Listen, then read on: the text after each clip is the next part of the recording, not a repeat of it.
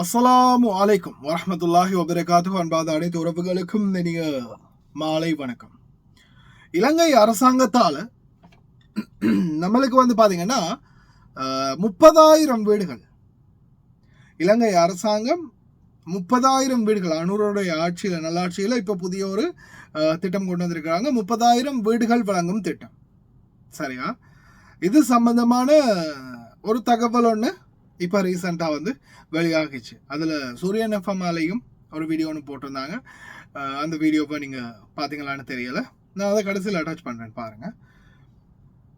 இதில் மெயினாக நீங்கள் செய்ய வேண்டியது, உங்களுடைய கிராம நிலதாரி இருக்காங்க தானே, கிராம சேவை பிரிவுக்குரிய அதிகாரி, அவங்கள்ட்ட நீங்கள் நிச்சயமாக பதிவு செய்யணும். உங்களுடைய வருமானம் அல்லது உங்களுடைய நிலைமை அல்லது அஸ்வசம அந்த பதிவுதாரராக இருந்தீங்கன்னா ஒன்று, அது இல்லைன்னா நீங்கள் அந்த ஏரியாவுடைய நிரந்தர குடிமகன். உங்களுடைய உண்மையான வீடு இல்லாத நிலைமை என்ன, கரண்ட் சிச்சுவேஷன் என்ன அப்படின்றதையும் நீங்கள் பதிவிடணும். இப்போ இதில் வெளிநாடு வாழ் தொழிலாளர்களுடைய பிரச்சனை என்ன, இதில் அவர் தெளிவுபடுத்துகிறாரு ஒரு சகோதரர் அந்த சூரியன் எஃப்எம்ல. அதை நான் அந்த வீடியோ கடைசியில் போடுறேன், அதையும் பாருங்கள். இப்போ இதில் இருக்கக்கூடிய பிரச்சனை என்னென்னா, வெளிநாடு வாழ் தொழிலாளர்களுக்கு நிறைய பேருக்கு அஸ்வசமே இல்லை, சமுர்த்தி கிடையாது, எந்த ஒரு அரசாங்க பங்களிப்புகளும் வெளிநாடு வாழ் தொழிலாளர்களுக்கு கிடைக்கிறது இல்லை. இப்படி இருக்கிற பட்சத்தில் இந்த வெளிநாடு வாழ் தொழிலாளர்களுக்கு வழங்கப்படும் சலுகை அப்படின்றது முற்றிலுமாக ஒரு தடுக்கப்பட்ட ஒன்றாக மாறி இருக்குது. இப்போ நான் இதுக்கு முன்னாடி வீடியோ ஒன்று போட்டிருப்பேன், எங்களுக்குரிய ஓய்வூதியம் பற்றிய தகவலை பற்றி. அந்த ஓய்வூதியம் கூட தொண்டைக்கிளியே ஒவ்வொரு நாளும் ஒவ்வொரு நிமிடமும் எங்களுடைய சகோதரர்கள் சோசியல் மீடியா செய்யக்கூடியவங்க பலரும் ஒன்று சேர்ந்து கத்தி மன்றாடி போராடித்தான் இப்போ ஓரளவுக்கு இந்த ஓய்வூதிய திட்டத்துக்காவது ஒரு ஆலோசனையாவது நம்மள்ட்ட கேட்குற அளவுக்கு வந்திருக்காங்க. இல்லைன்னா பல வருட காலமாக எத்தனையோ பேர் வெளிநாட்டில் நாள் கணக்காக வருஷக்கணக்காக மாதக்கணக்காக இருக்கிறீங்க. நீங்களே சொல்லுங்கள், இந்த 10 வருஷம் 20 வருஷம் 30 வருஷம் 40 வருஷம்னு வெளிநாடுகளில் இருந்தவங்க இருக்கிறீங்க. யாருக்கு இந்த சான்ஸு கிடைச்சது? எத்தனை பேருக்கு இத்தனை வருஷமாக இருந்தீங்க? எத்தனை அரசாங்கம் போயிருக்குது? ஏதாவது ஒரு ஓய்வூதிய திட்டம் இல்லை நம்மளுக்கு சாதகமான ஏதாவது ஒரு திட்டம் நம்மளுக்கு கிடைச்சதா அப்படின்னு கேட்டால் எதுவுமே இல்லை. எங்கேயுமே எந்த சான்ஸுமே நம்மளுக்கு கிடைக்கல. ஆனால் இப்போ இந்த நல்லாட்சி அரசாங்கம் ஒரு தீர்மானத்துக்கு வந்திருக்கிறாங்க, சந்தோஷம். ஆனால் இதில் இருக்கக்கூடிய பிரச்சனை என்ன? மெயினான பிரச்சனை ஒன்று இருக்குது. அதுதான் வெளிநாடு வாழ் தொழிலாளர்கள், இலங்கையில் வாழக்கூடிய இலங்கையருக்கு இது கொடுக்குறாங்க, சந்தோஷம். ஆனால் இலங்கையர்கள், வெளிநாடு வாழ் இலங்கையர்கள், அவர்களுடைய நிலைமை என்ன? வெளிநாடு வாழ் இலங்கையர்களுக்கு இது கிடைக்குமா? அதுதான் கேள்வி. வெளிநாடு வாழ் இலங்கையர்களுக்கு இதை எப்படி பெற்றுக் கொடுக்க போறாங்க அரசாங்கம்? இப்பதான் ஓய்வூதிய திட்டம் பற்றிய பேச்சை எடுத்திருக்கிறாங்க, சந்தோஷம். அதே போல ஓய்வூதியம் என்றது தொழிலாளர்கள் சார்ந்தது. உங்களுக்கு தான் பென்ஷன் கிடைக்குது, அப்புறம் என்ன வீடு அப்படின்ற கேள்வி எங்களுக்கு கேட்கக்கூடாது.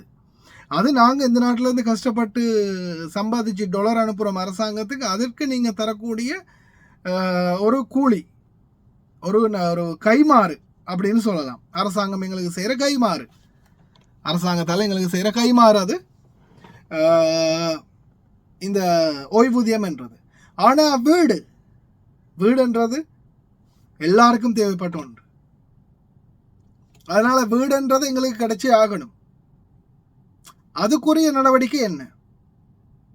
அதை அரசாங்கம் எப்படி செஞ்சு தரப்போகுது அப்படின்றது தான் மெயினான கேள்வி. அதே போல் இப்போ நான் கடைசியில் அந்த வீடியோ அட்டாச் பண்ணுறேன், அதையும் பாருங்கள். உங்களுடைய சரியான தெரிவுகளை தீர்மானங்களை எடுங்க இந்த நேரத்தில். ஏன்னா நிறைய பேர் இன்றைக்கும் வெளிநாடுகளில் வீடு ஒன்று இல்லாமல் தான் கஷ்டப்பட்டுக்கிட்டு இருக்கிறோம். கட்டாயமாக எங்களுக்கு ஒரு வீடு வேணும். அந்த வீடை பெற்றுக் கொடுக்கறதுக்கு எங்களுடைய அரசாங்கம் என்ன மாதிரியான தீர்மானங்களை எடுக்கிறாங்க, அதுவும் குறிப்பாக வெளிநாட்டு தொழிலாளர்களுக்கு அப்படின்றத நிச்சயமாக அரசாங்கம் கவனத்துல கொள்ளணும், அதை அப்டேட்டும் செய்யணும். அதான் முக்கியமான கோரிக்கை. ஏன்னா நாட்டில் இருக்கிறவங்க எது வேணாலும் செஞ்சு எதையாவது அவங்க சமாளிச்சுக்குவாங்க.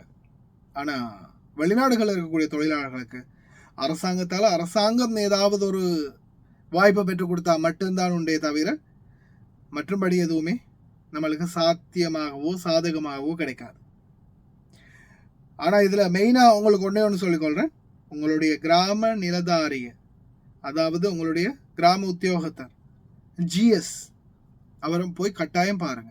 வீடு இல்லாத அனைவருமே. உங்களுக்கு போக முடியலை, நீங்க இங்க இருக்கிறீங்கனாலும் வெளிநாட்டில் இருக்கிறீங்கனாலும் குடும்பத்தில் ஒருத்தரை கட்டாயம் அனுப்புங்க. அனுப்பி எங்களுக்கு வீடு இல்லை அப்படின்றத கன்ஃபார்ம் பண்ணி அதுக்குரிய நடவடிக்கை என்ன அப்படின்றதையும் தெளிவாக கேட்டு இன்ஸ்ட்ரக்ஷன் என்னன்றதையும் பாருங்க. மிஸ் பண்ணாதீங்க. 30,000 வீடு அரசாங்கம் கொடுக்க போகுதுன்னா யார் யாருக்கு வீடு போகுதுன்றது பார்க்கணும். சும்மா வீடு இருக்கிறவனே வீடை வாங்கி இன்னொரு வீட்டையும் வாங்கி வச்சுக்கிட்டு இருக்கிறதுல நியாயம் இல்லை. இது எல்லாருக்குமே சரியான முறையில் கிடைக்கணும், இல்லாதவங்களுக்கு. அதுதான் இந்த அரசாங்கத்துடைய நோக்கமும் நம்மளுடைய நோக்கமும். வரக்கூடிய வீடியோ பாருங்க. ஒரு நிம்மதியான வீடு, ஒரு வலுவூட்டப்பட்ட குடும்பம் என்ற செயற்திட்டத்தினூடாக இலங்கையின் பல பகுதிகளையும் உள்ளடக்கி 30,000 வீடுகளை மக்களுக்காக அரசாங்கம் நிர்மாணித்து கையளிக்க காத்திருக்கிறது. அதற்காக 44 மில்லியன் ரூபாய் நிதியும் ஒதுக்கப்பட்டிருக்கிறது. ரன் விமான என்ற அந்த வீடமைப்பு திட்டத்தினூடாக நேற்றைய நாளிலும் கூட வீடுகள் சில வழங்கி வைக்கப்பட்டது. அந்த நிகழ்வில் கலந்து கொண்ட கிராமி அபிவிருத்தி சமூக வலுவூட்டல் அமைச்சர் உபாலி பன்னிலகே சில முக்கியமான கருத்துக்களை தெரிவித்திருக்கிறார். இலங்கை முழுவதுக்கும் சொந்தமான இந்த திட்டத்தில் நீங்கள் அனைவரும் பங்காளிகளாக மாறலாம். அஸ்வஸ்ம திட்டத்தின் பயனாளிகளாக இருக்க வேண்டும், அல்லது வருமானமற்ற குறைந்த வருமானத்தை பெறுகின்ற குடும்பமாக இருக்க வேண்டும். நீங்கள் உங்களுடைய பிரதேசத்தின் கிராம உத்தியோகஸ்தரோடாக அல்லது சமுர்த்தி நல உத்தியோகஸ்தரை சந்தித்து இது தொடர்பான விவரங்களை பெற்றுக் கொள்ளலாம். அங்கு அவர்களிடம் நீங்கள் சென்று அந்த விண்ணப்ப படிவத்தினை பெற்று முழுமைப்படுத்திய பின்பு அது தொடர்பான தகவல்களை சேகரிப்பதற்காக, நீங்கள் வழங்கிய தகவல்கள் சரியா என்பதனை பரிசித்து பார்ப்பதற்காக பிரதேச செயலகத்தில் இருந்து ஒரு குழு வரலாம். அதன் பின்பு உங்களுடைய தகவல்கள் எல்லாம் உண்மையாக உறுதிப்படுத்தப்பட்டால் பிரதேச செயலகத்தில் இருந்து அமைச்சுக்கு உங்களுடைய விவரங்கள் அறிவிக்கப்படும். பின்பு அமைச்சினால் உங்களுக்கான திட்டம் தயாரிக்கப்பட்டு உங்களுக்கு வழங்கலாமா இல்லையா என்பது தொடர்பான இறுதி முடிவு எடுக்கப்படும். நீங்கள் உங்களுடைய கிராம உத்தியோகஸ்தரை சந்திப்பதற்கு அல்லது நீங்கள் உங்களுடைய சமுர்த்தி அபிவிருத்தி உத்தியோகஸ்தரை சந்திப்பதற்கு முன்பு சில ஆவணங்களை கொண்டு செல்ல வேண்டும். உங்களுடைய தேசிய அடையாள அட்டை மிக முக்கியமானது. அதே போன்று உங்களுடைய அஸ்வஸ்ம அட்டை அல்லது உங்களுடைய குடும்ப வருமான சான்றிதழ். அத்துடன் இந்த வீடமைப்புக்கான உதவியை கோருபவருக்கு கட்டாயமாக சொந்த நிலம் இருக்க வேண்டும். அந்த நிலம் தொடர்பான சான்றிதழையும் கொண்டு செல்ல வேண்டும். இவற்றை கொண்டு சென்று இவற்றை முறையாக பூர்த்தி செய்த பின்புதான் உங்கள் வீடு தேடி அது தொடர்பான பரிசோதனைகளை மேற்கொள்வதற்காக பிரதேச செயலகத்தில் இருந்து குழு வரும். எனவே இந்த நடைமுறைக்கு நீங்கள் முயற்சித்து பார்க்கலாம். ஏனென்றால் நிறைய பேருக்கு எங்களுடைய தமிழ் பிரதேசங்களை பொறுத்த வரைக்கும் இவ்வாறான சேவைகளை பெறுவது தொடர்பாக முழுமையான விவரங்கள் தெரியாமல் இருக்கலாம். அரசாங்கத்தால் வழங்கப்படுகின்ற இந்த திட்டத்தில் நீங்களும் பங்காளிகளாக மாறலாம். ஏனென்றால் நிச்சயமாக அந்த 30,000 குடும்பங்களுக்குள் ஒருத்தராக உங்களுக்கு தெரிந்தவரும் அல்லது நீங்களாகவும் இருக்கலாம் அந்த வீட்டை பெற்றுக்கொள்ள தகுதியானவர். நீங்கள் தாமதிக்கும் பட்சத்தில், இந்த விவரங்களை நீங்கள் சரியாக விளங்கிக் கொள்ளாமல் இருக்கும் பட்சத்தில் தகுதியற்றவர்களுக்கு இந்த அரசாங்கத்தால் வழங்கப்படுகின்ற வீடு சென்றுவிடும். எனவே நீங்கள் உங்களுடைய கிராம உத்தியோகஸ்தர் அல்லது சமுர்த்தி நல உத்தியோகஸ்தரை சந்தித்து உங்களுக்கு குறைந்த வருமானம் கிடைத்தால் அல்லது வருமானம் இல்லாமல் இருந்தால் ஒரு வீட்டை பெற்றுக் கொள்ளக்கூடிய தகுதி உங்களிடம் இருந்தால் நிச்சயமாக முயற்சி செய்து பாருங்கள்.